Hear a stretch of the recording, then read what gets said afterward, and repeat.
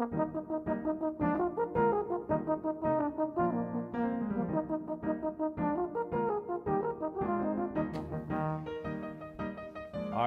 herzlich willkommen bei Schoschen zu einer wildromantischen Pfalz. Ich hocke in einem ganz tollen Waldsee in der Pfalz, mittendrin, noch mehr wie mittendrin. Und ich habe mir überlegt, heute gibt es mal wieder ein paar Pfälzer Wörter, die man so gar nicht mehr spricht oder kaum noch spricht. Die Pfälzer kennen es vielleicht noch, die anderen ganz wenige. Und ich wollte es, weil es so idyllisch ist und weil so viel Ruhe ist, euch ein bisschen Ruhe mitgeben. Das heißt, ich mache ein paar Wörter mehr. Also ich mache heute mal 8 Wörter und 8 Begriffe, Pelzisch. Und wenn ihr die 8 Begriffe 5 davon einigermaßen richtig roten, dann gibt es natürlich ganz eine tolle Überraschung und gleichzeitig noch eine Einladung zu uns daheim in den Doktorenhof. Da bin ich dabei und ich tue euch dann begrüßen für 2 Personen für eine Essigführung durch unseren Essigkeller. Ja? Okay, also strengen euch an. Es ist mit Sicherheit nicht schwer, aber es ist lustig und ja, wir wissen ja, Pelzisch, die Weltachse überhaupt. Und Schiller hat einmal gesagt, das beste Deutsch in Deutschland sprechen die Pelzer, weil halt schon so viele andere Nationen bei uns waren und jeder hat ein bisschen Wortschatz hinterlassen. Und somit ist der Pelzer Wortschatz halt ein ganz internationaler. So, das erste Wörtel wäre, was ist der Tochtermann? Der Tochtermann. Ist eigentlich ganz was Tolles, der Tochtermann, den hat man gern, der Tochtermann. Ja? Und das zweite Wörtel wäre, was sind die Hensching?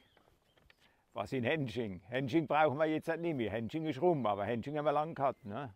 Hensching, was sind Hensching? Ja. Man muss ja immer bedenken, das ist ja von Dorf zu Dorf ein bisschen verschieden, wie wir die Pelzer Mundart ausdrücken. Also ich rede Pfenningerisch, also Pfenningerisch, wie daheim halt meine Mutter geredet hat, meine Großmutter, meine Urgroßmutter und all miteinander vorher.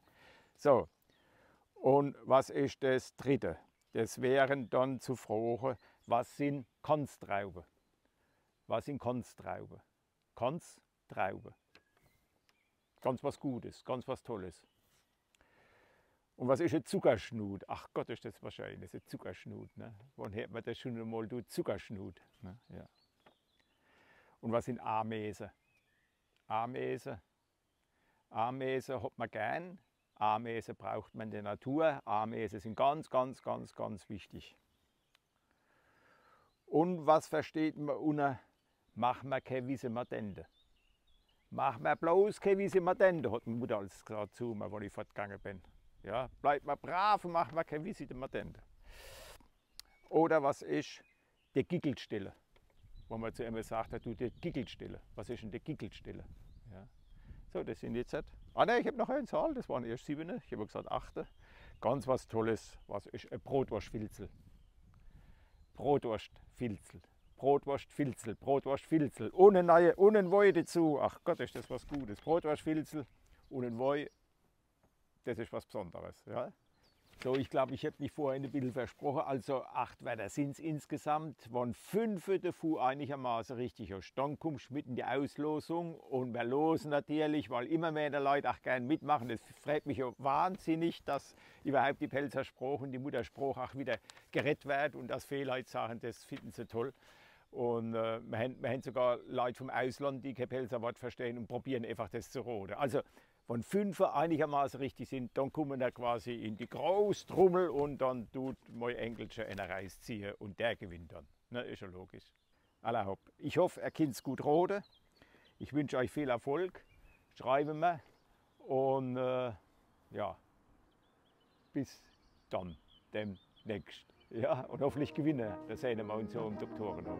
Danke, Josh vom Doktorenhof und bis nächstes Mal. Ja, Auflesung kommt als nächstes.